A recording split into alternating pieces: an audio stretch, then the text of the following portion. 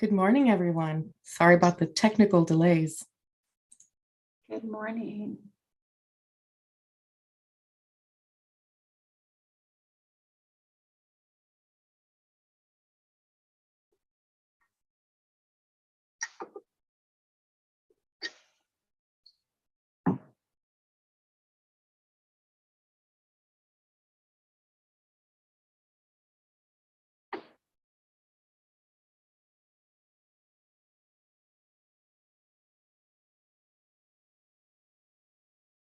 There we go.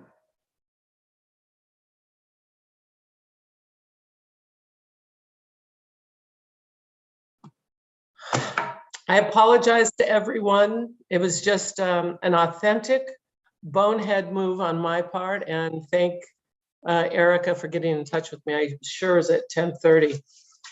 Okay, so let's get going. Okay. Good morning, everyone. Welcome back to the final day of the budget study sessions. Please feel free to stop us for questions or comfort breaks.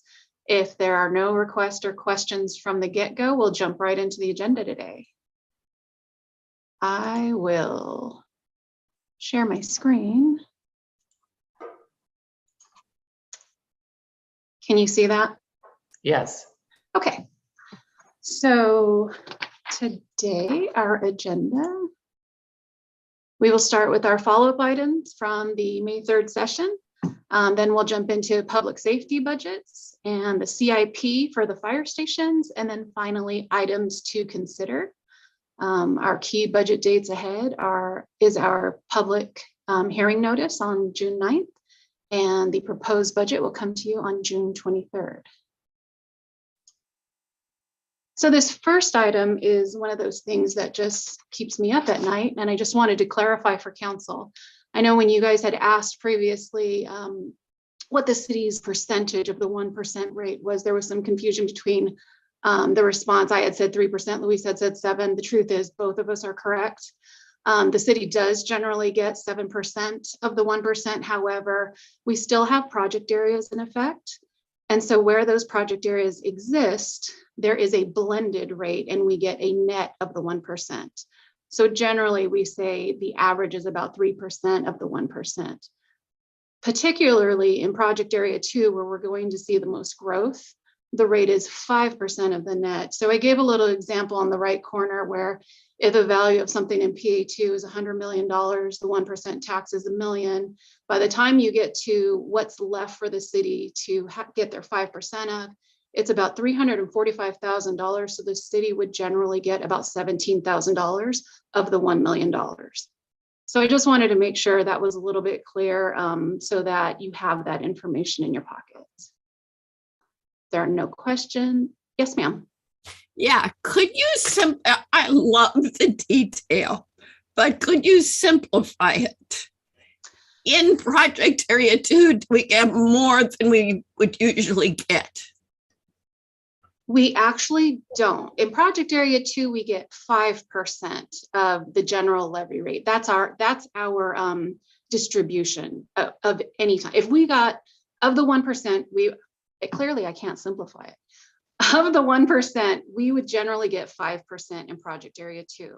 But because the project areas exist till 2038, I believe is project area number 2, we get 5% of the net. So first, the negotiated pass-through agreements get their cut. And then second, you have county takes their fees. And then third, you have mandatory pass-throughs, which pre-existed dissolution. And then you have the ROPS payments, which is our debt service. Let me help you simplify. Do we get more or less than we would get if it wasn't a project area? We get less. We get less. Correct. But 5% is more than, 5% is less than 7%. Correct. So what is the logic for getting less property tax in a project area?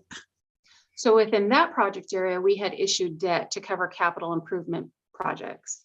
So the The fire station, for example, that has bond proceeds from prior bonds that will be used to build it.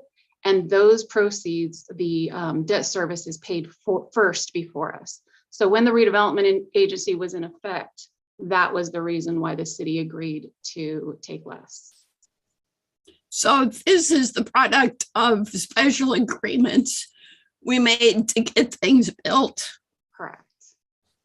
Okay, thank you. I think that gives me the key takeaways. Great. If there are no other questions, I can move forward and I can sleep at night now. So council had asked us to sharpen our pencils and we went ahead and did that. And we now have a surplus of $4,000, $4,152 to be exact. We did this by looking at our different staffing costs and made some adjustments for those new hires that we will be seeing and those through attrition. And so we made those adjustments, and also we made an adjustment to the contingency amount that we were anticipating for next year, and that allowed us to result in a surplus. Veronica, thank you for that. And I do admit, I recall using pencil sharpeners just like that. As do I. You're welcome. And so again, let me make sure I understand. Are we taking account of the fact that some senior people at a higher compensation will be replaced by some new people with less compensation? Exactly. Okay. Thank you. There are no further questions. I'll move on to the next slide. I believe it was Mayor Harnick that had asked about the graffiti abatement. If Andy Ramirez is on, can we elevate him? Thank you, Veronica, Mayor and members of the council. Good morning. Wanted to let you know that because of higher efficiencies with our graffiti abatement, the average time for graffiti removal is about 30 minutes since we have a staff member that is going throughout the city. So I asked Veronica for our fully burdened rate for that staff member. As you can see on the screen, $64.25. So what we simply did was divide that in half for the 30 minutes that it takes to abate graffiti. And so based on about 4,000 locations in a fiscal year, the annual cost is roughly $128,500. If there are any questions, I would love to provide an opportunity for that. Because graffiti is kind of a thing for me, so excuse me for belaboring this to some extent. Can we get the numbers for what it is for the material we need, all in addition to time and the labor? What is the cost for the material? And there's no rush on that. It's just something I'm curious about. Veronica, if I'm not mistaken, the fully burdened rate would include materials, or is this only labor? This is just labor. Okay, we can get that information. Thank you so much. Yeah, there's also some specialized equipment involved, and I don't know if that requires repair or replacement.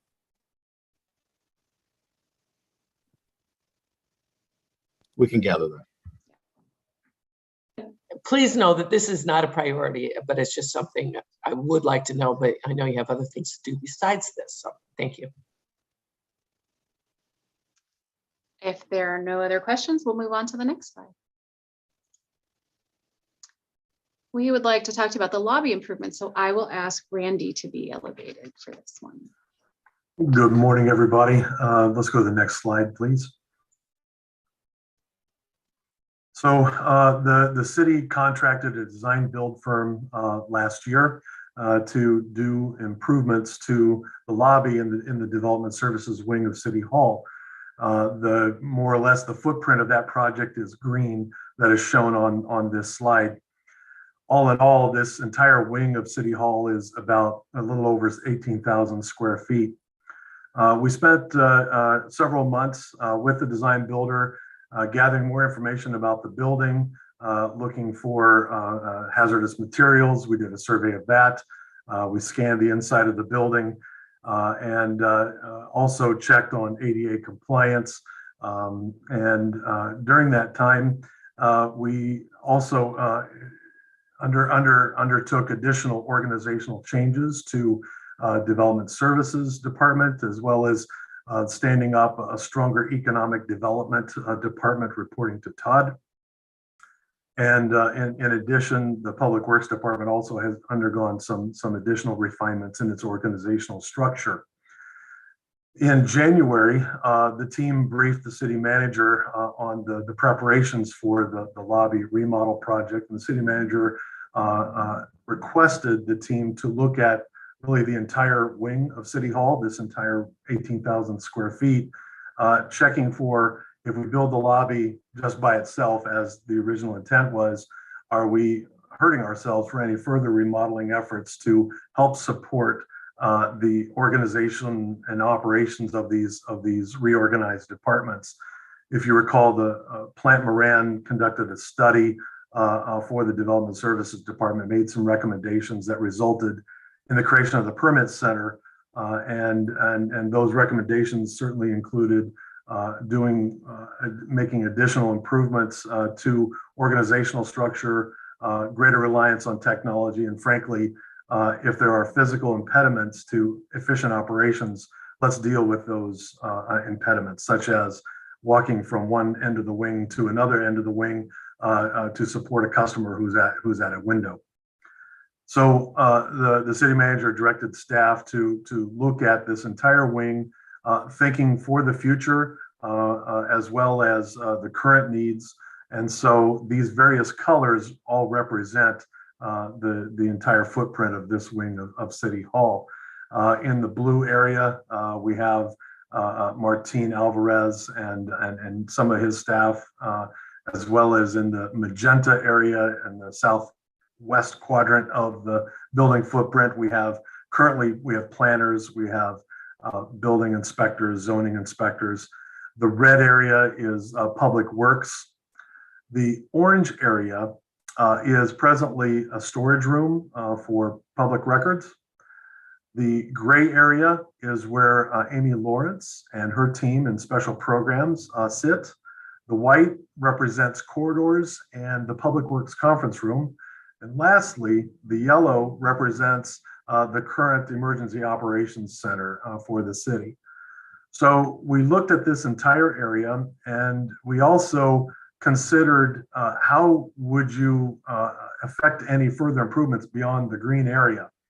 And you need space for staff to be temporarily housed while you are redoing floors or redoing walls or installing new cubicles. So we looked at two possibilities for how can you implement improvements to this wing. One was using temporary trailers. Some school districts have used that. Other communities have used that.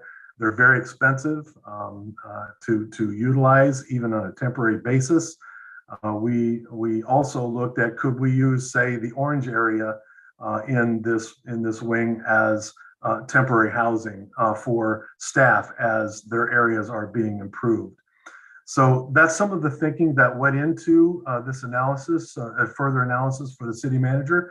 We met with Todd last week to go over a potential plan of attack. And I think that'll lead me to the next slide, please.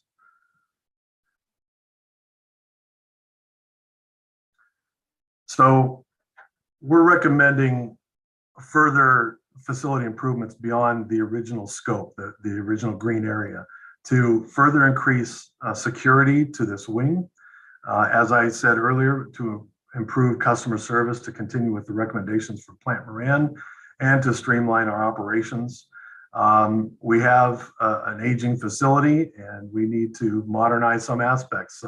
Some of the furniture, like the cube furniture, is actually falling apart, and that needs to be replaced. But we also have other needs, such as our bathrooms are out of compliance with ADA and need to be improved.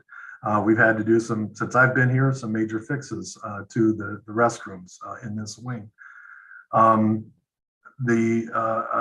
As well as thinking for the short term, as well as long-term. Might there be some additional staff that may be located in this facility over time as the city grows and changes in its operations?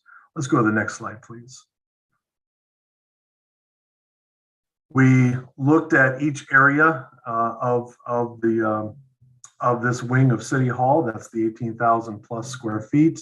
And we looked at our current staffing, which is staffing as of May of this year, as well as potential future staff based on perceived or anticipated needs for the future, whether it's an additional building inspector or an additional zoning inspector. And how are their spaces programmed? Are they offices with doors?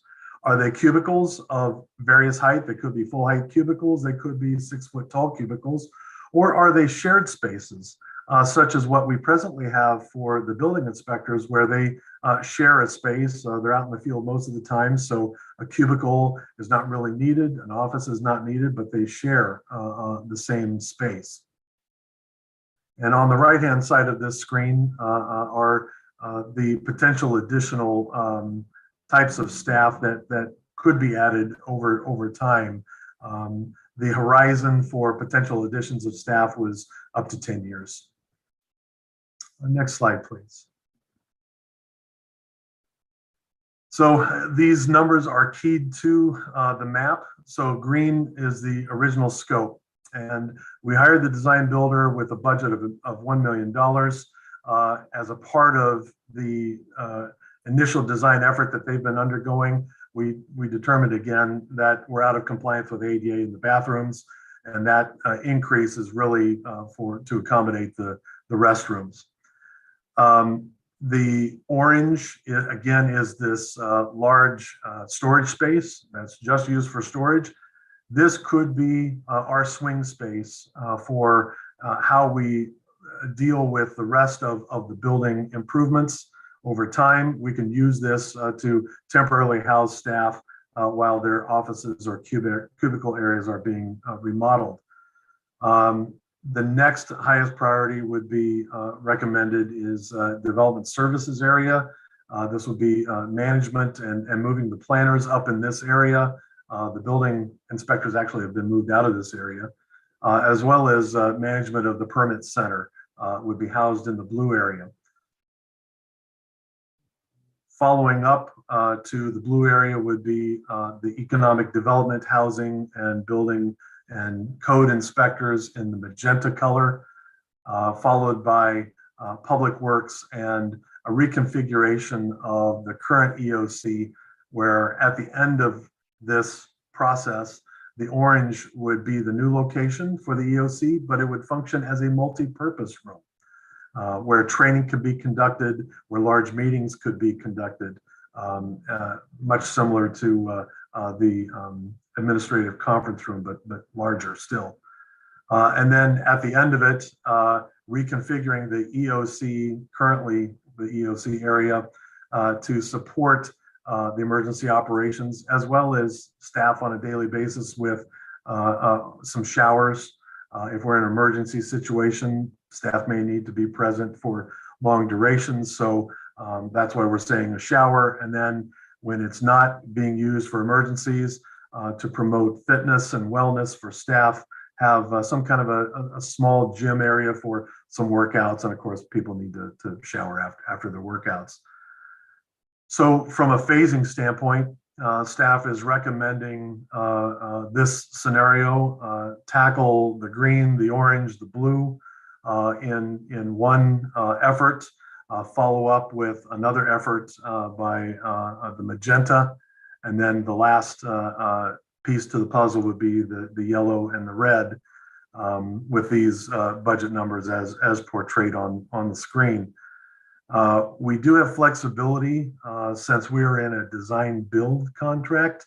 The owner can change the scope.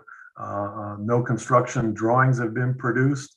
So we have some flexibility here to use the current design builder to construct one or more of these phases. It would be accomplished through amending contracts, negotiating prices, the city council would have say along the way as the effort was undertaken. I think, is that my last slide, Veronica? Okay. Here to answer questions, happy to answer questions. Ms. Quintanilla? I believe that Mayor Pro Tem had his hand up right before I clicked mine. Okay. Thank you. You can go ahead if you want, Karina. Thank you. I appreciate that. I first off want to commend the idea of having a gym and a shower. We keep advocating greener transportation modalities. So when it gets nice and hot, it's good to know that employees will be able to take advantage of that. My second question is in regards to Area B. You said right now it's a lot of storage for data. Is this amount, are these examples of data that could be digitized and then disposed of, or what kind of information is there that this doesn't need to be used as storage space? Thank you. Yes, ma'am. This is an area of records that need to be gone through, digitized appropriately, and disposed of appropriately according to our records retention policy. And is that something that will be done internally? Is that something that you may hire interns? What would the timeline be to digitize? It would probably be a combination of outsourced as well as staffing that would conduct the scanning and, of course, presenting the records disposal staff reports to City Council. Thank you so very much. Yeah, thank you. So, Randy, just remind me, how does this fit into today's agenda? Was this a follow-up item from session 2? Yeah, yes, sir. In session 2, we said that we had a placeholder on the Development Services Lobby project, a potential extension of the project. We had not yet briefed the city manager on that. We briefed the city manager last week on this project. Where does the $12 million come from? Veronica, I think this would come from capital reserves. It will. This is not included in your CIP budget. I believe we have a placeholder of $1 million currently, or a carryover, I should say. And we will show you the impacts of this in a later slide. And would approval of this item as part of the budget commit the council to the 3-year plan or just to the current year expenditure? Just the current year expenditure is the idea. With you really couldn't do priority 2 would be the next phase we'd recommend, but you really don't want that entire area under construction at one time. Priority 3 is something we've got a 24-25 fiscal year there. It may move back depending on the financing, but we are trying to figure out how do we touch this as few times as possible and mobilize as few times as possible. So $12 million is a lot of money, and it's a good report, but if we feel a need to dig deeper into an understanding of, is this the best option? Is it necessary? Is it appropriate use of funds? What are our options with the budget? Is it just approve or decline, or are there other options that would give us a little more time to study this? No, I think we could certainly bring back we're going to probably recommend that we fund priority 1. As we started getting into the lobby conference room, this cost started escalating because we found that we were out of code compliance. In addition, our EOC is woefully inadequate right now, so that actually brought the multi-purpose room up, and also to double as swing space to allow us to not have to bring trailers and that sort of thing out on the premises. So we can certainly take you through that through a study session down the road. I wanted to bring it up to you to make sure that you knew what we were talking about, what we were asking, and vet the concept a little bit more, but these are improvements that need to be made. Well, I get that that's the conclusion of staff. I'm not there yet. I'm not disagreeing, certainly. But personally, I feel I need more information and more in-depth understanding before approving even a $5 million expenditure. I have questions about it. And if maybe it's possible to just approve a placeholder, but subject to approval after a study session, And again, this is just me. It could be the council says, yeah, this is great, move forward, but I I'm second just- that. yeah. Okay. That was generally the thought that staff had, Savvy, was to make sure that we had a placeholder here. We had initially, I think, had gotten had a $1 million placeholder in there last year. We knew that the costs were starting to escalate on us, which probably shouldn't surprise us, but that was the point, was to try to make sure you were aware of what this was, hold that study session, and then make sure you were comfortable moving forward with the project down the road. That I can live with, and I appreciate that. Thank you. I believe Ms. Kelly has a question. My sentiments are exactly the same as Savvy's, for the record. So the numbers are swelling. And Todd, what you shared just now is very, very helpful. But at first blush, I was a bit taken aback by the expansion of the project. We all look around our houses and think about remodeling projects that would make it a nicer place to live, but we usually wait till we're flush with money. And at the last study session, we saw that some essential projects are going to be requiring us to dig into reserves. So I do think it would be appropriate in the public good to hear a bit more about the necessity for the $5 million. What you were saying was extremely helpful and makes sense. And to really think about the rest as very, very tentative, quite frankly, unless and until we do have a deeper dive in the context of what else competes for the money. What was so helpful in the last study session is we were in the midst of that context. So I think it's a little hard for us to wrap our heads around spending this kind of money on a single topic removed from the broader context of what's competing.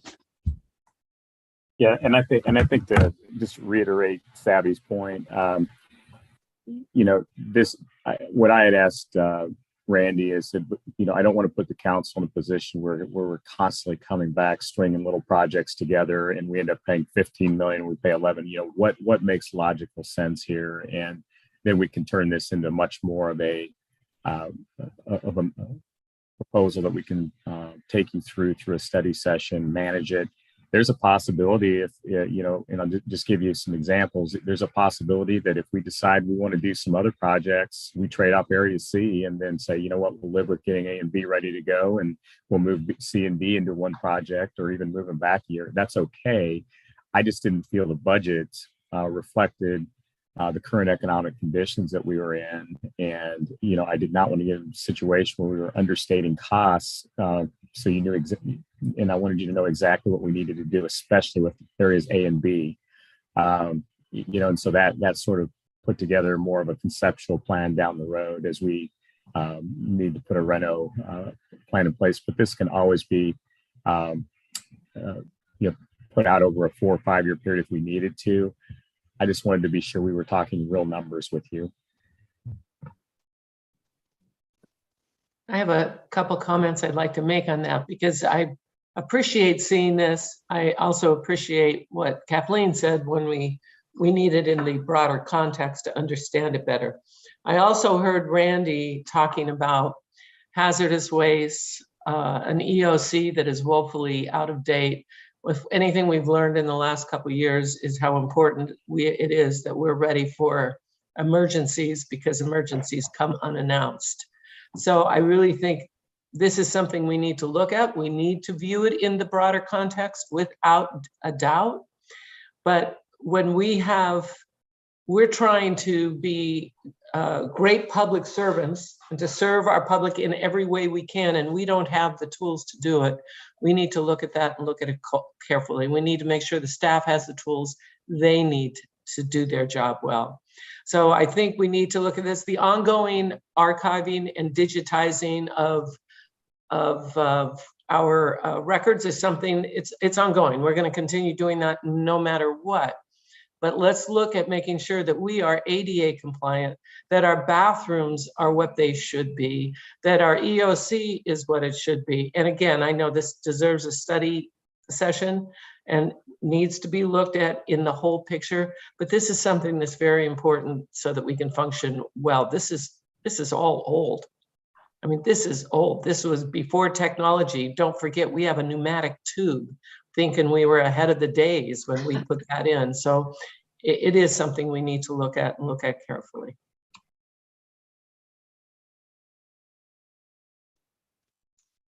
If there are no further questions, we can move on to the next follow-up item. I believe I need Eric to be elevated, or maybe it's Randy. Eric, please. Thank you. He and I will both speak to this project.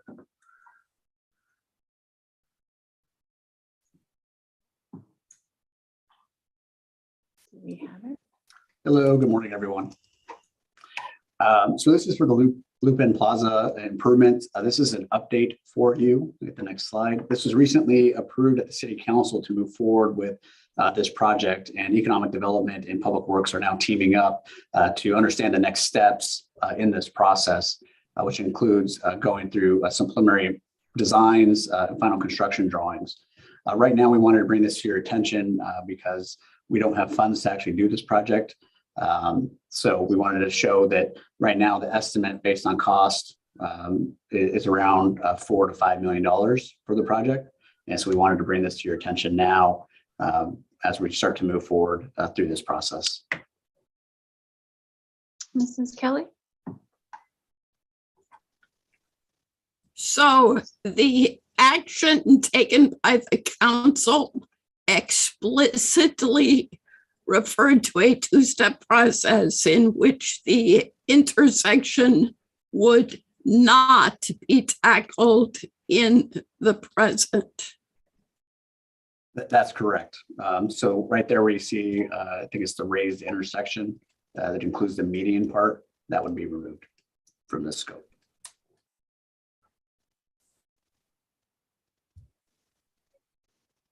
Is that it for you, Kathleen? Yeah, just it would make sense to me if what we're presenting is consistent with what we approved. We can break it down into a phase 1 and 2 budget.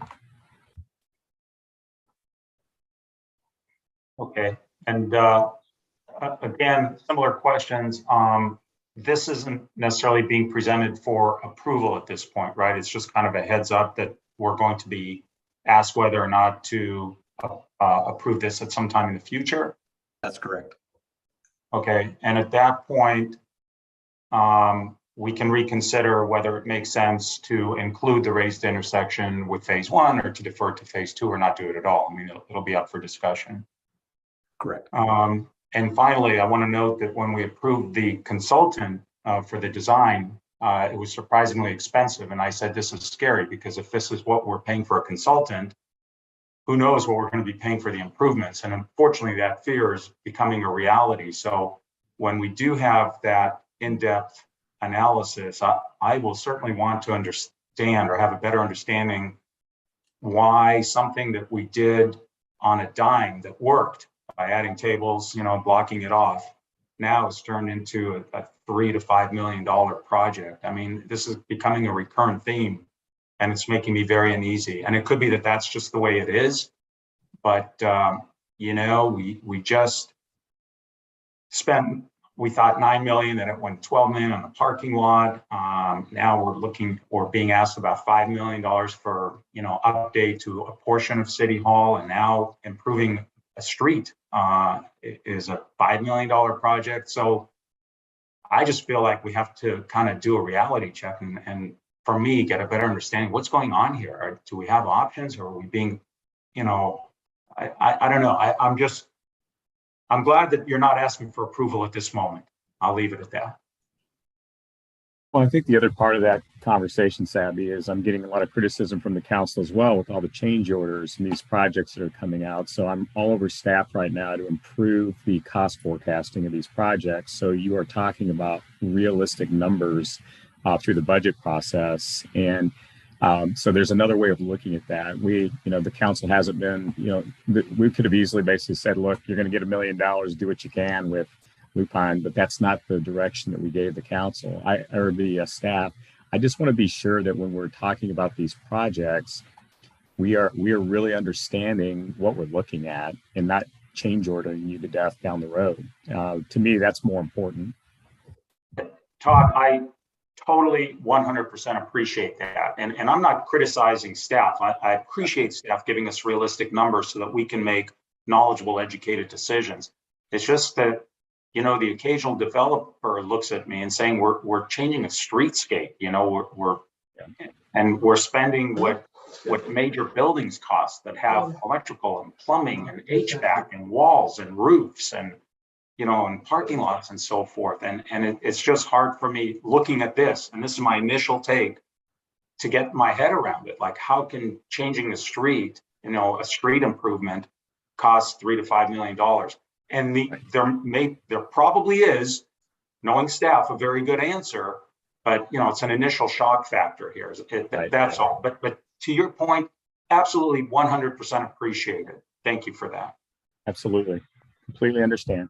And I want to mention, I think everybody on the council is over change orders. It has become tiresome. And at the same time, every time we drive up to a gas pump, it's like we just got a change order because prices are changing. And what we used to look at and say, oh my God, it's $1 million, not so much. $1 million, I hate to say this, it's just not what it used to be. And when we're looking at a street and we're looking at drainages and drainage and we're dealing with everything to do with water management and we're dealing with traffic, and we're dealing with all those things we now have to deal with. And then we look at 2 years ago, this puts it, I think, in a very simple perspective. What did you pay for gas 2 years ago? So everything has gone up tremendously. It's not fun. Nobody likes it. I don't like paying more for my milk or my gas or anything I do. But we have to start adjusting to the fact that what used to be $1 million and it would make us get break out in a sweat because it was $1 million, that $1 million is nothing compared to what we're looking at today. It just doesn't put a dent in what we do today. And that's just the way it is. So some of these things we're going to have to adjust to and say, that project that was great 4 years ago at $2 million, yeah, it's going to be $5 million today. And it's not fun. It's not what we like, but it is the current state of affairs. So we need to look at everything and watch every dime. I'm not suggesting otherwise, but I also think at the same time, we need to take a look at this realistically and understand that, change orders are every day. And no, we want to get professionals who are going to give us as few as possible, who hopefully have the ability to look out further. But we can't predict the future. A lot of this seems like it's, especially in the last year, it's a lot of crystal ball work. Thank you. I believe Gina had a question. Well, I was just going to piggyback on the mayor's comments. I mean, we just look all around us. Inflation, the cost of everything just keeps going up, and up. And our projects are no different. And I do appreciate staff. And I'm sure you're watching the bottom line very carefully. And Todd, you're at the lead. So as unfortunate as it is, it's the costs are going up and the change orders. I'm just echoing the sentiment here.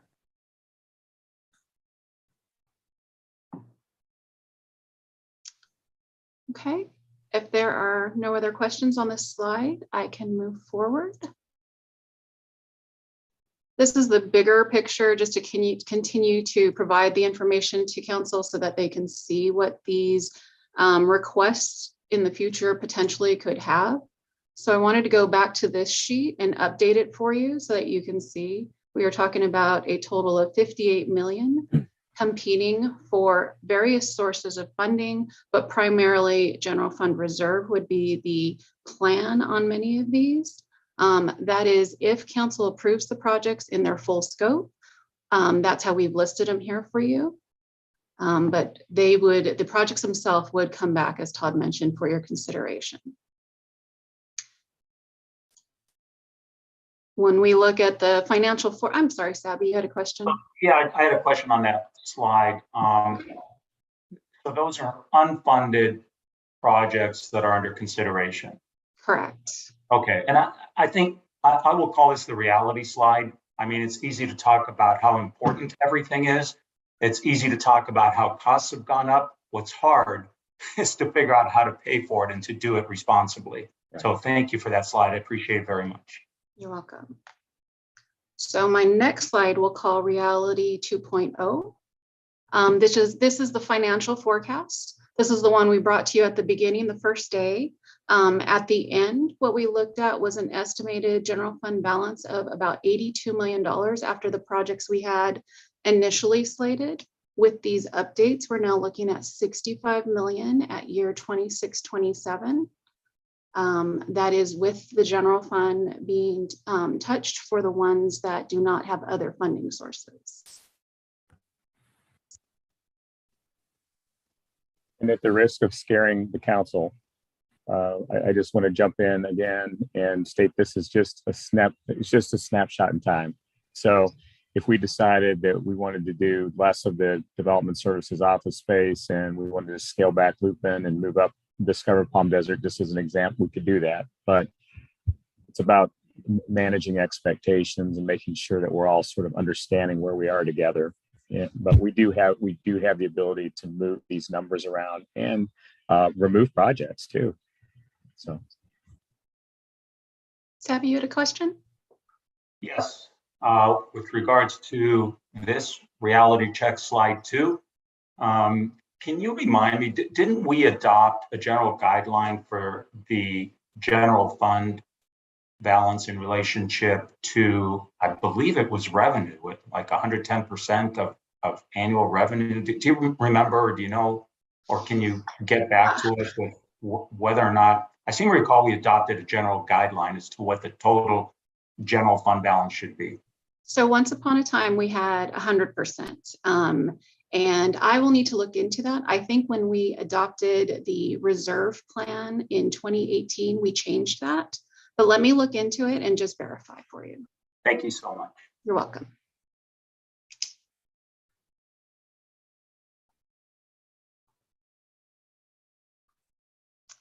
If there are no other questions, we will move on to the police budget. Could we elevate Andy Firestein, please?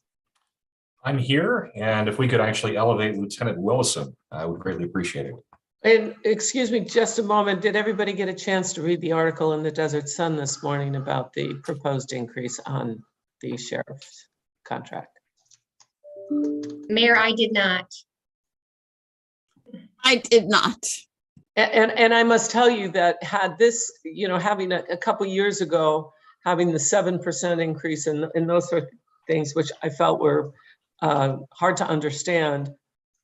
When I think it was 4.3% increase. Did anybody read that article? 0.09, and yeah. I'll address that in our presentation. Yeah, I was going to say, Mayor, it's 4.09% increase, actually retroactive to July 1, 21. Okay, so thank you. And thank you, Mr. Firestein. And I did send staff a series of questions about that. I think Andy will address those. Yes, I will. Thank you. All right, let's go ahead and move to the next slide, Veronica. Okay.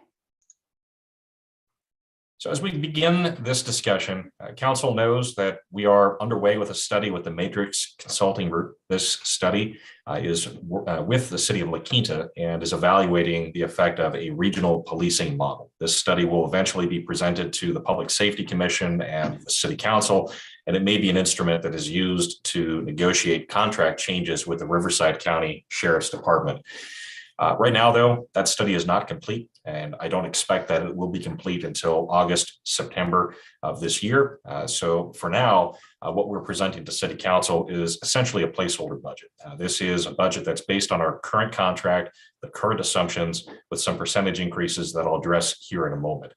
Later this year, fully expect that we'll have a study session and that we'll have some continued dialogue on what the findings coming out of that Matrix Consulting Group study are and how that may influence our contract with Riverside County and the Riverside County Sheriff's Department moving forward. With that said, while that is largely status quo, there have been a number of successes this year. We have managed a transition in the leadership with the Riverside County Sheriff's Department. Lieutenant Willison has stepped in late 2021. And with that, we have not only conducted a study session to talk through some of the communication gaps, some of those challenges that we've had in the past, but we've also made a lot of changes. We've improved our communications, improved our reporting, made modifications to the police website. We are currently negotiating an agreement with LexisNexis for online police reports. We have added a deputy to the business district team, filled vacant positions, and today we have no vacancies currently within our contract. We have conducted a procurement for the license plate readers that is being presented to the Public Safety Commission this month and will be presented to City Council next month. So we are making some steady progress on the technology and the staffing and improving the communications from the Sheriff's Department to the community. In the last year, the Sheriff's Department responded to roughly 24,000 service calls, and their response time was an average of 6 minutes. Let's go ahead and move to the next slide. So speaking to what you saw in the paper with that 4.09% contract rate increase, that is retroactive to July 1 of last year. That is a standard part of the budgeting process. This time last year, we actually projected a 4% increase in that rate. And for your budget and what you're seeing today, we built in a 4.12% increase in that rate. So that is something we projected last year. It was something that is built into your budget for consideration today and for eventual adoption by City Council. Your rates for the budgeting purposes include both that retroactive rate increase of what those actual costs are for the deputy and all that support behind the deputy. So this is your dispatch, your investigations, everything behind that deputy, patrol vehicle, all the equipment and resources that they need. So that retroactive rate is to cover the actual cost to the Sheriff's Department for providing that service. That's factored in the budget. And then you also have this 2.5% increase in this year's budget to project ahead of what that rate increase will look like for next year, for this year. So that is all captured in your budget rate of $211.20 for a supported deputy position. The other rates for your positions, other than the supported deputy, they've increased from just right around 0% up to 7.3%. It does vary by position. All of that was factored into your budget together with the shift differentials for night work and for some of the specialized teams. Looking down at the bottom half of this slide, there were very few changes to those line items. There was a population adjustment made to line 17, roughly a 2% increase on lines 14 through 17, and the balance of the lines 18 through 26 remain unchanged from last year. We took a look at the expenditures last year and were able to maintain the budget for those line items. The last item, 17, this is your license plate reader. This is an addition to the budget from last year. And this was based on some preliminary cost data. The costs that we're seeing coming back from the RFP are a little bit greater than what we had in here, but we should be able to absorb that within some budget savings elsewhere in the police budget. Let's go ahead and move on to the next slide. Savvy, yes. Thank you. Just on that slide real quick. And I may have asked this in prior years, but I'm looking at line item 14, overtime, 369,000. And if overtime, which is paid at time and a half to 2, we could hire almost 2 full-time positions is that under consideration? Or is it overtime of different kinds of people that it's not really practical to hire one or two more positions instead? Let me share with you my response, and Lieutenant Willison may have some additional data here. We have used overtime in order to provide additional support within the business district team, for instance, in areas where we may be short, trying to shift deputies into an area so that we can provide an enhanced level of service. So before we say added that BDT deputy, that is one way that we were looking at supplementing that team. Lieutenant Willison, do you have anything to add about the use of overtime? Good morning. No, that's accurate. And those were calculated moves when those vacancies were there to fulfill the needs of the stakeholders and to protect the residents of the city. We did use the overtime to fill those vacancies for deputies to extend their shift or come in on their days off to supplement those vacancies until they were filled. I guess what I'm asking is there a more cost-efficient way to provide those additional hours than to paying overtime? I mean, we did add a BDT position already, so shouldn't that overtime have gone down? And if it's still going to be incurred, wouldn't it be cheaper to hire another deputy instead of paying $369,000 of overtime? So this is a budgeted number, and I think we'll have to look at the expenditures, and we can report back the actual expenditures for the use of overtime. With the addition of the business district team deputy does reduce the need for that overtime for that purpose. It's unclear how we may use that in the future, but historically it's been used to augment and supplement those teams. Thank you. Can I ask a question regarding the previous slide? If we can go back to that, I'm not sure if it was on there. Yes, the average response time. When I did the ride along with Deputy Nelson, which I encourage everybody to do if you haven't done so already, it's a great community experience. And in that time, I think we had a discussion on the average response time, and I don't recall how that compared to other parts of the region or statewide to see how we compare with that. Thank you. I don't have that figure offhand, but certainly we can get that information for you. Thank you so much.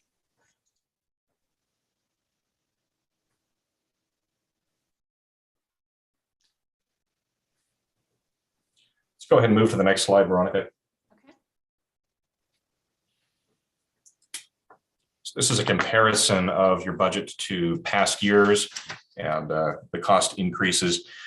You see that you have 144 daily patrol hours, which equates to roughly 28 full-time equivalents.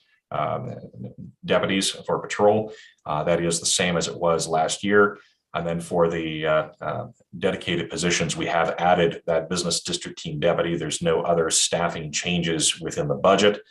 And let's go ahead and move to the next slide, Veronica. This shows the overall staffing again with the addition of that business district team deputy. There's no other change to the staffing proposed in budget this year. Let's go ahead and move forward. In your past budget study sessions, you've seen FBI, UCR crime data. We had the study session with City Council last year to present these same sets of information. So Council has seen this in November of last year. The 2021 crime data will be available in the fall of this year. So your violent crime data includes homicides, aggravated assaults, robbery, and rape. The increase in violent crime in 2019 in Palm Desert is largely attributable to an increase in aggravated assaults, a trend that is consistent with national trends. Let's go ahead and move to the next. Yes, Savvy. Thank you, Andy. I'd requested this before, and I'm going to request it again on that last slide. It's more meaningful, I think, if we have that on a incident per population of 100 or 1,000 or whatever, so that we can compare apples to apples. Like if I look at La Quinta, we may be doing better than them or worse. I don't know their population offhand. So, this is an absolute number, Veronica. Let's move to the next slide.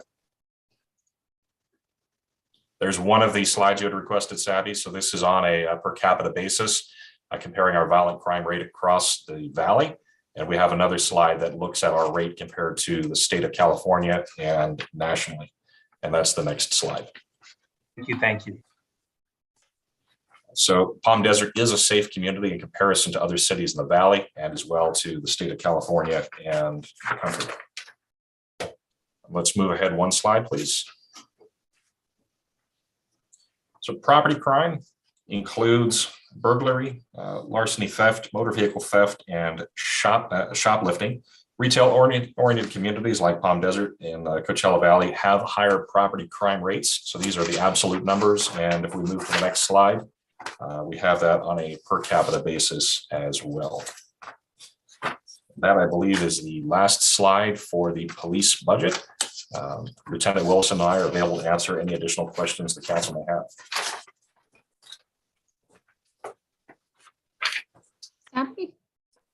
Thank you. Just a quick observation. It appears to me from the slide that you showed, the annual over 5 years, that inflation adjustment, we've probably, through efficiencies, have actually reduced our overall cost.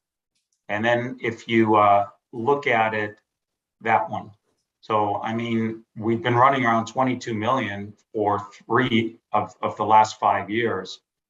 And now we're at 21. So we're, reducing our overall costs, I think, through greater efficiencies, and while at the same time maintaining our public safety standard. And if we look at it furthermore as a percentage of our budget, then it's even better. So I commend staff and I thank staff and our police department for working collaboratively with us to achieve this result. I hope somehow all our residents become aware that not only do we maintain a safe community, but that we do so at a reduced cost, at an actual reduced cost. So thank you so much for that.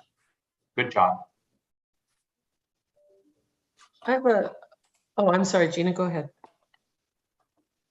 I was just curious, Chief, if the auto plate reader that we approved, will that affect efficiencies as well? I think the answer to that is yes. I'm not sure if Lieutenant Wilson would like to add anything to that. We'll be bringing that forward to council in June. Okay, thank you.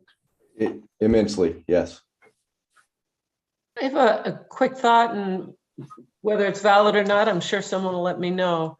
Sabi was asking about the overtime issue. I wonder, because when I look at overtime, I don't view it as something where it's a 8-hour here, 8-hour there. It's an hour added on to somebody's normal shift, but I don't know that. And so I wonder if it would be possible to give us how the overtime was allocated last year to kind of give us a perspective on the very question that Sabi asked.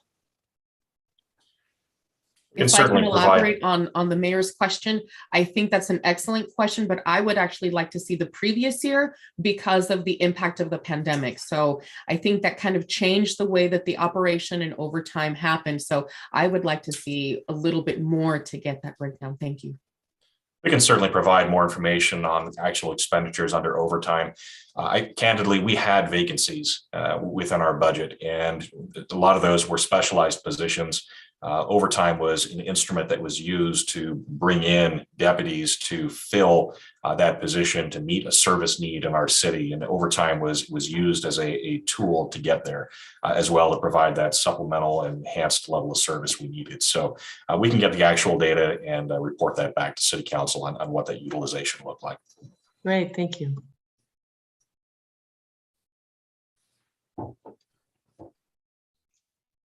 So if there are no further questions, we'll move on to fire as soon as I get there.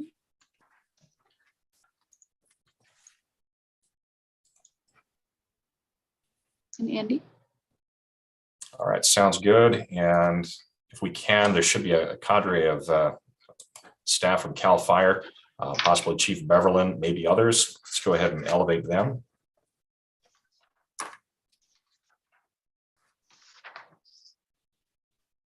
So much like with the Sheriff's Department, we contract with Riverside County for the provision of fire service within the city of Palm Desert.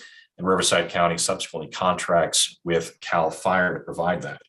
For the last year, they responded to over 9,000 calls for service. This is an increase from 8,600 calls the year before, and that increase is felt across all of the stations.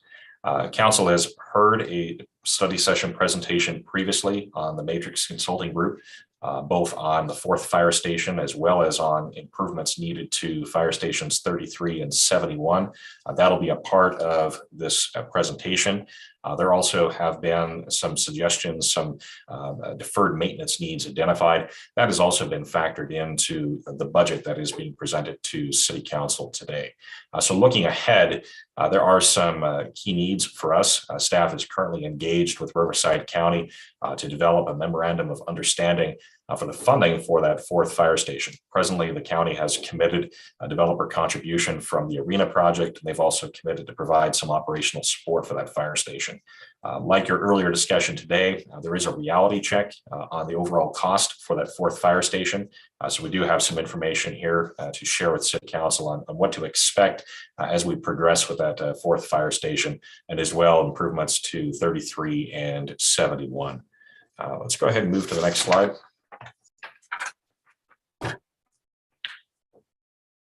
So here you'll see a comparison of your proposed budget, proposed expenditures compared to the prior year. There is a more detailed slide that provides some greater context for what this means. But much like the police budget, your expenditures are roughly the same as they were the year prior. And again, this does include some capital improvement figures for improvements to the existing fire stations. Let's go ahead and move to the next slide. This is your staffing level for fire service in Palm Desert across the stations. And it does include your unit that is housed in Indian Wells at Station 55 as well. Let's go ahead and move to the next slide. Slide depicts the distribution of your calls across the city, and a lot more dots up in the north sphere. Move to the next slide from here. And this is your incident count and response times by station. Let's move to the next slide, please. As in prior years, predominantly your calls are medical calls, and you've got the distribution of the EMS cost recovery on the right side of this slide. Would you be so kind as to go to the back? Because I'd like to spend just a moment more looking at that slide, please. Thank you.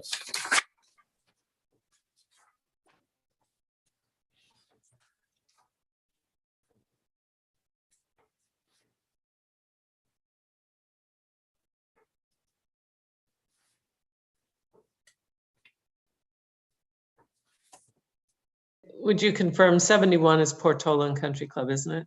Yes, it is. I thought so. Thank you.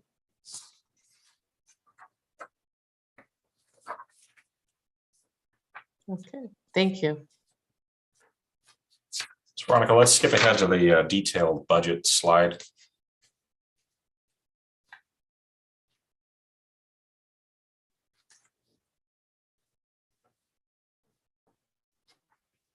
There we are. Okay, so looking at the top, the Fire EMS Cooperative Services Agreement, you'll see that that has increased slightly from the prior year. Predominantly, that is a result of an increase in the benefits and admin fee, largely due to state CalPERS and the effect of AB 84 from 2020. This lowered the state CalPERS rate contribution in fiscal years 1920, 2021, and 21-22, but there is roughly a 20% increase in FY 22-23 from the prior year. So that is the most substantial change in the rates for FY 22-23. I also want to draw attention to the 1.2 in capital vehicles, capital projects under FY 21-22. That will be carried over into the next year.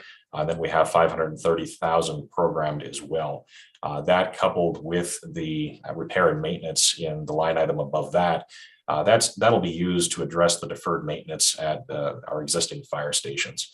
We are contemplating larger projects. We are contemplating either the remodel or reconstruction of 33 and 71. But in the meantime, these stations are in operation 24/7, and there is immediate work that is needed in order to sustain those critical operations. Sabi? Thank you, Andy.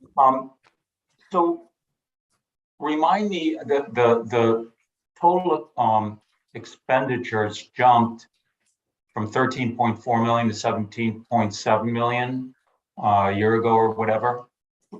Remind me what triggered that? Veronica, do you have a good recollection of that increase? I mean, it's all in the services agreement. Correct. Up like 3 million. Or most of it is. Veronica, you may be muted. Clay, can you please elevate Lori Carney if possible? I know the note says that we added staffing for Squad 71. I'm not sure if that's the full impact of it, but I believe she can speak to that.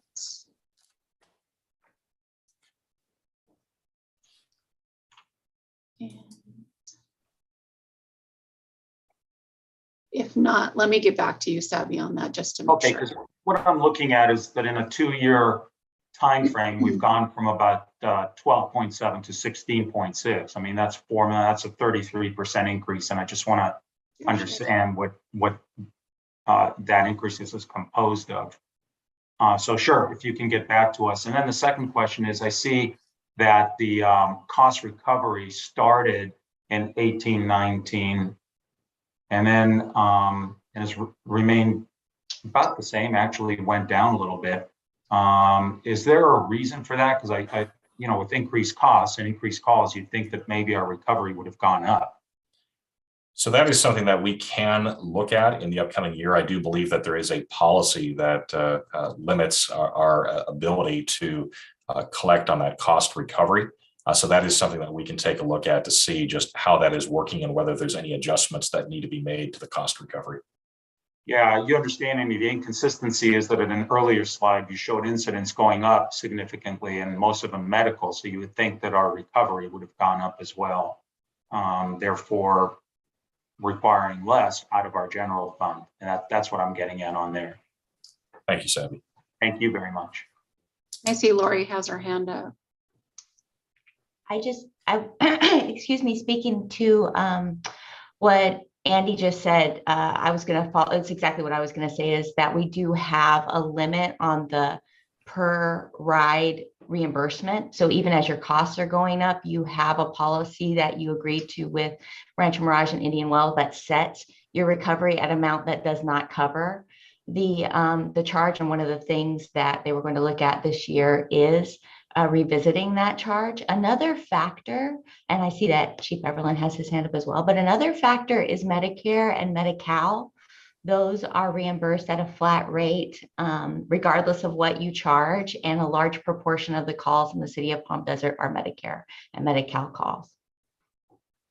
I also wanted to speak, and perhaps Chief Everland might want to speak to the differences in between 20 and 21, which was the implementation of the squad. And then also in our actual cost, you see that actual cost is lower than we anticipated in 2021. You may recall that the governor ordered a 10% pay cut for all state employees during the pandemic. And so that was passed through to us in 2021. Chief Everland? I just wanted to comment on the decrease in EMS cost recovery for fiscal year 2021. Remember that it kind of correlates with the decrease in call volume during the initial COVID surge. So lots of people didn't call 911 because they didn't want to be at the hospital with lots of sick people. So if you look at the call statistics, you'll see in 2020 that the call volume actually decreased, but it's back heading back up again. And then also along with the changes for the fiscal amounts in 2019 to 20. We also, in addition to putting the medic squad into service, we also purchased the ladder truck. Thank you. Yeah, so, and thank you for that clarification. Hopefully then, if we're back to normal, the EMS cost recovery budget is low and we'll recover more. I still, if staff can get back to me on the question of why we've had in the last couple of years a $4 million increase in the services agreement. If we can get some deeper clarification on that, I'd appreciate it. Thank you. We can do that. Councilmember Kelly. I just want to check whether my memory is correct that the only cap on our cost recovery for ambulance services is essentially what insurance or Medicare or Medicaid will pay, because we make the conscious decision not to send collections after our residents for anything beyond what insurance covers. But we don't have a cap within that framework, do we? Yeah, so Kathleen, both things are true. Both of those things are true. So when you implemented your cost recovery, you set a fee. So we did a study with Indian Wells and Rancho Mirage and our consultant and our partners with the fire department to determine what the cost of providing an ambulance call was, and then agreed upon a fee that wasn't the full amount of that cost. It was a conscious decision, as you said, to say, well, what is a reasonable cost that we could charge our residents for this service? And at that time, the city also made a conscious decision, as you said, not to pursue anything above what an insurance company will pay, which is an excellent point, because so the fee, I believe, is $14.50 a ride, and at that time it cost us about $2,000 to provide that call service. And so, but the fee was set at $14.50. So some insurance companies will pay $14.50. Some insurance companies will pay $1,000. Some will pay $600. Medicare pays much less, significantly less. But it has been the city's policy and decision not to back bill their residents or visitors or indigent people for that service. And so and of course, there has to be some fee set before you can bill insurance. Has that fee been adjusted since the adoption of the program? No. Okay, so to Savvy's point, it could well be timely to at least look at whether the fee is recouping a sufficient percentage of the costs, particularly since we're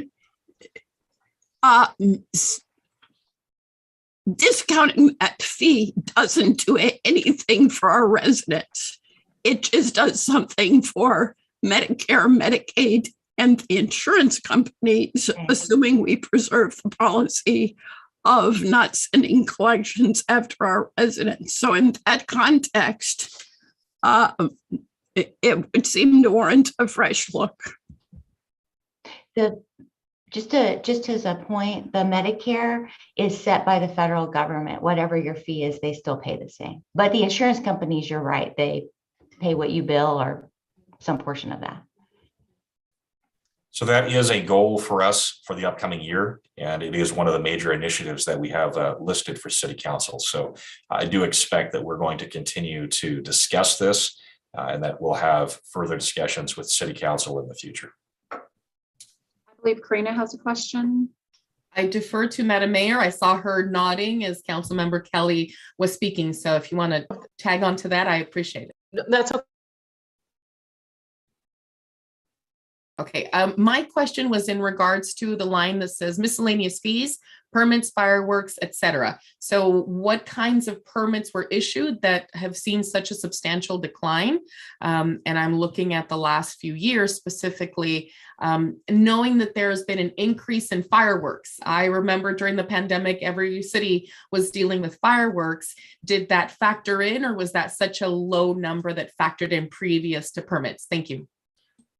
This, I believe, previously captured the fire marshal's office, and we no longer have a fire marshal's office here in the Civic Center. Those services are now being provided by Riverside County. So whereas those were revenues we previously received, we're not receiving that same level of revenue today. Thank you. Sammy? Yeah, Oh, sorry, Jan. That's okay. I do have a quick question. First of all, I think it may be wise, and it's something we should talk about, that we establish a policy how often we review how much we're going to capture from insurance companies for those rides, because maybe it's a year, every other year, something like that. But certainly it's something we need to look at. The other thing I'm looking, and it's not a huge amount, but I look at the Prop A fire tax, and it does seem to fluctuate. And in that, it is very much based upon dwelling units. I'm wondering why. I would have thought it would have gone up considerably. And we even project that it's going down next year. Can you help me understand that, please? It's a flat fee, the per dwelling unit, and then there's a calculated fee for commercial property. So where commercial property has changed over the last couple of years, the per dwelling unit, it's $60 per residential. It's $60 per resident. So it doesn't have it doesn't rise with the value of the properties, whereas the structural fire tax does. Okay, so I understand that, but we have more dwelling units. So if we're saying it's $60 per dwelling unit, then I would expect that we would have more Prop A fire tax rather than going down. It's collected by the county. Veronica may be able to look into that to see if maybe there's some delay in the collection, especially during the beginning of the pandemic. I'll take a look at that. Thank you. Mayor Pro Tem Jonathan. Thank you. So that fire tax, as I recall, $60 per dwelling, approved in 1980. I think it was approved at $60. So we're, inflation adjusted, probably half of what we were. And when we looked at it before, to increase that tax would be like a 2/3 vote. Has that changed? What would be involved if we wanted to increase that tax? Can I make a quick comment? Remember, that tax was so that no one ever got charged for an ambulance ride. So we have changed that so that we do try and recoup funds. So it's something we really need to look at in a very broad way. I might suggest that as we look at the EMS cost recovery, that perhaps we take a look at the Prop A fire tax and really take a deep dive into those revenues that offset the costs for our fire service. Yeah, and just to finish up on my question, before we debate whether or not we want to do it, my question is, what are the mechanics involved in a tax increase? I think there's many levels to the original intent and where we are now and what the costs are. So I'm just asking about what the mechanics would be if this council chose to go down that road. Staff can prepare that information and share that with the council. Thank you very much. Any other questions on this slide? Okay, let's move on. So on this slide, I want to be cautious here and not to pay too much attention to the details, particularly on the North Sphere Fire Station. These are budgetary estimates, and really we've tried to construct how might we fund the fourth fire station, how might we fund a renovation or reconstruction of 33 and 71. Exactly how we go about doing that, that's subject to change. But getting back to the earlier discussion, we want to have just a very realistic discussion with council on what it's going to take to initiate these efforts and to build a fourth fire station, as well as to look at the remodel, reconstruction of the other two fire stations. We are in the process of having a discussion with the county on their contributions for that fourth fire station. They've committed the $2.5 million in the developer contribution, and they've also committed to an operational share of those costs in the future. But these figures are just strictly for budgetary purposes so that we can share with council what to expect. Previously, council heard that the fourth fire station had a projected cost of $15 million. It's not a $15 million fire station. I think based on information that we're still gathering, still working through the subcommittee, once we take a look at all the needs within that fire station, as well even account for, say, Palm Desert's architecture and the differences between the Indio fire station that was the genesis of our numbers on a per square foot basis. Once we account for the soft cost, the contingency, we're looking at a $22 to $26 million fire station. That's a substantial increase, a substantial difference from what had been presented before, but we want council to see the totality of what it may take to initiate and to take on that project. So it is a more expensive project than perhaps we initially looked at, but we don't want to be coming back to council later on with change orders or to be sharing with council incrementally that these costs are increasing. There still may be some cost savings measures that we can look at. We can continue to work with the subcommittee to look at how this could be scaled back, how this could be modified. And as well, we are working with the county to really look at the funding assumptions for this. But that fourth fire station, right now, we're looking at $22 to $26 million budgetary cost for that. Mayor Pro Tem. Thank you, Andy. When we consider alternative funding sources, and I'm not proposing this or saying yay or nay, but can we include the option of either a temporary sales tax or TOT increase, as other cities have done to pay for these kinds of projects? You are a little bit ahead of the game, but we will get to that shortly. Apologies, I just didn't see it on this slide. No Yes. worries. So this is the reality that it costs a lot of money to do this work, and this is a more expensive fire station than perhaps had been initially laid out. And then as we look at 33 and 71, there are vast needs at both those stations. There are interim needs that we need just to maintain the continuity of operations. But I think both 33 and 71, we're looking at either a major reconstruction or rehab to those fire stations on the order of about $12 million per fire station. 33, the reality there is this may not be a renovation, it may be a full reconstruction. So Veronica has just shown how these might be funded. And again, the details are subject to change, but over the next few years, the plan is that we're always going to be in a design process, starting with that fourth fire station, commencing the design, then entering the construction on that while we're constructing the fourth fire station, entering into a design process for the remodel of 71. And then as that's under construction, stepping into a design process for the reconstruction of 33. Councilmember Quintanilla. Thank you so much. In remembering the tour that I took with the of the different fire stations, I saw some of the great need for improvements. In combination with what has been learned about renovating some of our chambers and addressing some of the things that are not up to code, do you anticipate some of those to increase the cost of that 12 million? Thank you.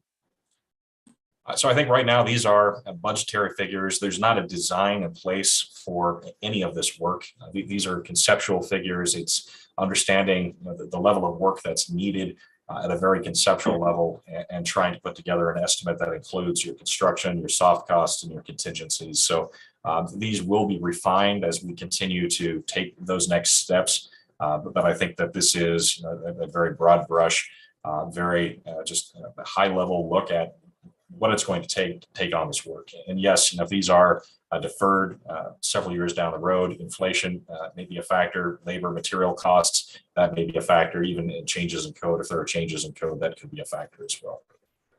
Thank you very much. And I think with both 33 and 71, the work analysis in the last year has really been to determine, are they able to be renovated, and what's the cost of just reconstructing them? Building codes, earthquake code, sort of those sorts of things have really impacted that decision, that debate for council. So again, trying to get some idea of what all is out there that we're going to need to take care of. But it is important to start taking these down one at a time. To your point, this $40 million, $45 million could easily turn into 60 in 5 years. So these are the types of things that we're currently looking at and trying to make sure that we're giving you as good of information as possible. Thank you very much for that, Todd. That is the last slide for your fire budget. Are there any additional questions on public safety? Okay, we'll move forward. So off of what Sabby was asking, we wanted to present some other items for you to consider when staff talks about all of the great projects we're bringing on and the extended long-term cost of those projects. We just wanted to bring to council's attention some of our options that we have to help offset some of those costs. So one of the things we have been talking about is the sales tax or district tax. Generally, each local government has the opportunity to add up to 2% district tax, and any taxing entity can put out a ballot for that amount.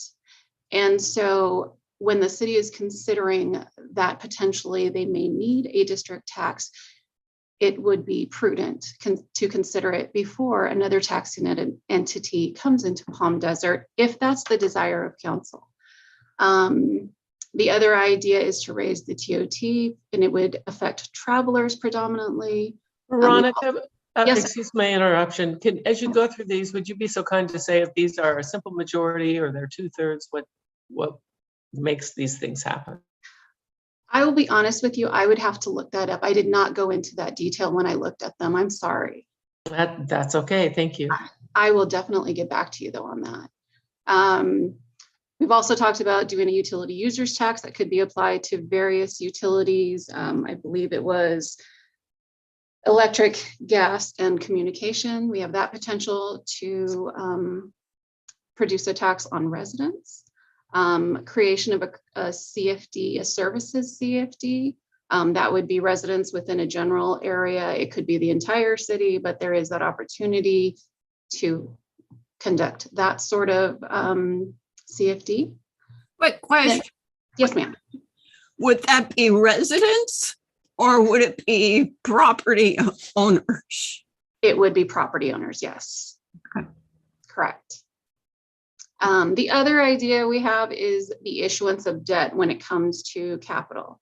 A lease revenue bond would be one that we would suggest. What that does is it collateralizes city assets, and then we would issue the debt to cover any extensive costs for any future projects that the council would like to undertake. These would be large costs. So when we talk about the regional park in the North Sphere, potentially this would be a way that we would fund it. So when I looked at, yes. Veronica, just on that last slide. Yes, sir. So the issuance of debt, can't that be secured by an increase in either TOT or district tax or sales tax? It could. That sort of bond would not be a lease revenue bond. I believe those fall under voter approval. And so a lease revenue bond is one that could be issued by the city without taking that extra step. That's why I left that one off, but we potentially could do that, yes. Yeah, I think that that's an interesting option. Also, bonding that is secured by a property tax levy? Is that an option similar to what like College of the Desert did for their 300 million or whatever it was? It is anything where we are levying our revenue sources would require voter approval. Okay, but that's a little bit different than just increasing sales tax. I mean, then it's on the property tax bill, but that still requires voter approval, but it's a bond, so it gets us the funds immediately and lets us start. I mean, that's an option for saying, you know, we really want to spend 100 million or whatever that number was over the next 5 years, 10 years. So we get the funds immediately and we can start on those projects, right? Right. And we are exploring all of these. And so I just wanted to make sure that you had that information in front of you. Obviously, a district tax, if we did a 1%, that would generate the equivalent of what or up to the equivalent of what we're receiving today. So you would get an additional 25 to 26 million by doing that. An interesting fact that I found is that the city of Beverly Hills had a district tax approved, and how did they do it? Their increase only takes effect if another local government seeks to increase the tax in Beverly Hills. And I thought that was interesting because it basically reserves your right to increase before anyone else does. So that's something that independently of this discussion, we may want to look at, because we know that there's been noise about implementing a district tax in the Coachella Valley. So maybe independently we want to look at it. And just to the mayor's point, if you can clarify, as the mayor requested, whether any of these options require a majority or 2/3, because my recollection is that if it's project specific, it's a majority. If it's general, it's a 2/3. And I'd want to understand how specific, if that's the distinction, I'd want to understand how specific that needs to be. Whether, like, do we have to identify the actual projects and then are we stuck with that? Or can we say it's a $100 million fund for these potential uses? I will definitely get back to you on that. I do know with the district tax, we do have to have a plan each year in place that indicates how we plan to spend the funds for the year. But let me circle back with you because I glossed over that part. Unfortunately, I apologize. So I went ahead and looked at CDTFA and wanted to see what it looked like in 2020 with other cities' ballot measures. Predominantly, they sought out sales tax increases, and out of 71 requested, 60 were approved. This coincides with what our sales tax consultant has been telling me for the past couple of years, that sales tax measures seem to be the most palatable for voters. When we look at TOT, there were only 14 out of 18 that were passed. And then with the UUT, 6 out of 11 were passed.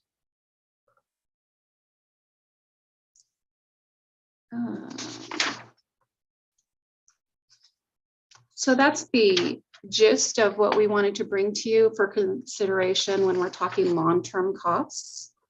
If there are no additional questions. I do have a question, Ms. Veronica. I was wondering if there is any data. I was hoping it came in a later slide to be able to represent how our sales tax currently is versus others, and just to give residents in advance. If we're talking about this, I think that they need to know what potentials are, not that it's immediate, but just the concept. And I think it's important to engage them in that discussion. Thank you. Absolutely. And I apologize. I did not make a slide for it. Out of the 75 cities in Riverside County, 21 currently have a district tax.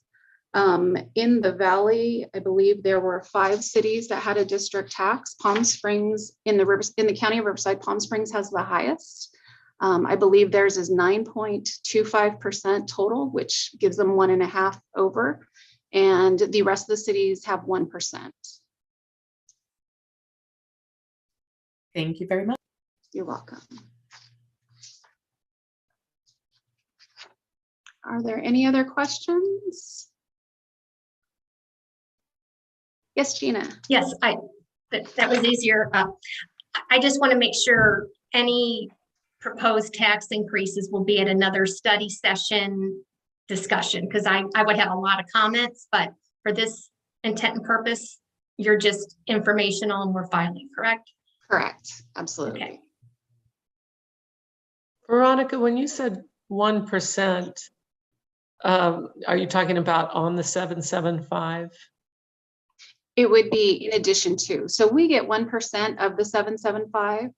And then potentially we could do an additional 1%. There's any variation from a quarter to 1%. As I understand it, the quarter and the difference between the quarter and the 1% approval rate does not change. Because there's so much varying of sales tax across this valley. Right. So it's kind of incredible.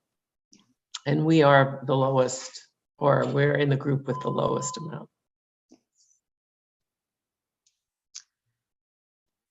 So if there are no other questions on that, Sabi, I just wanted to circle back with you on the reserve policy. What we have, we do not have, I think you were looking for basically a base. What's our bottom of what we have to reserve?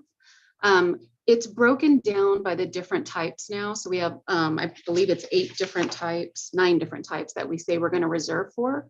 As far as the general fund operating reserve, we say we will reserve 25% of the general fund expenditures for the current year.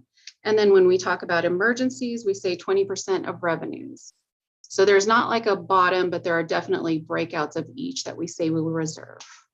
Okay, so we don't have a total for all the funds in terms of having to be a minimum of 100 or 110% of the annual revenue. Okay, thank you for that, Veronica. You're welcome. So if there are no other questions, staff will definitely follow up with all of the follow-up items by email, by report, I'm sure. Todd, do you have any final words? I will commit to getting the study session on development services options teed up. And just on the fire station slide, you saw some big numbers today. We have an initial negotiating session today with the county on how that station will be funded given the escalation of costs in constructing that. And once we can get, and I've asked that we come to terms on an intergovernmental agreement, which lays out funding responsibilities, both capital, ongoing, so we can answer your questions intelligently and put together an intelligent financing plan for you. And we will keep you informed on how those discussions go. But once that IGA is kind of nailed down and council has a chance to take a look at it, we will continue our work on funding recommendations. But I appreciate all the input that we got today. We'll start doing our homework on all the questions that we received. Abby? Yeah, real quick, I just wanted to note that slide 3 is our 2022-23 goals and priorities. And I'm so grateful that we start with that and that the budget follows what we set as our goals and priorities. That's the logical process, but I don't think all cities do that. I'm just so proud of you, Veronica, and your team and our staff. This has been a wonderful process, and I'm very grateful. Job well done. Thank you. Thank you. And could you please send out your updated slides? Absolutely. Great, thanks. You're welcome. Well, staff just thanks you, council, for giving us the opportunity to share all this information in depth with you. Please feel free to reach out if you have any additional questions, and we will see you on Thursday. Thank you so much for all your time and expertise and all that information. Thank you. Thank you. Thank you, everyone.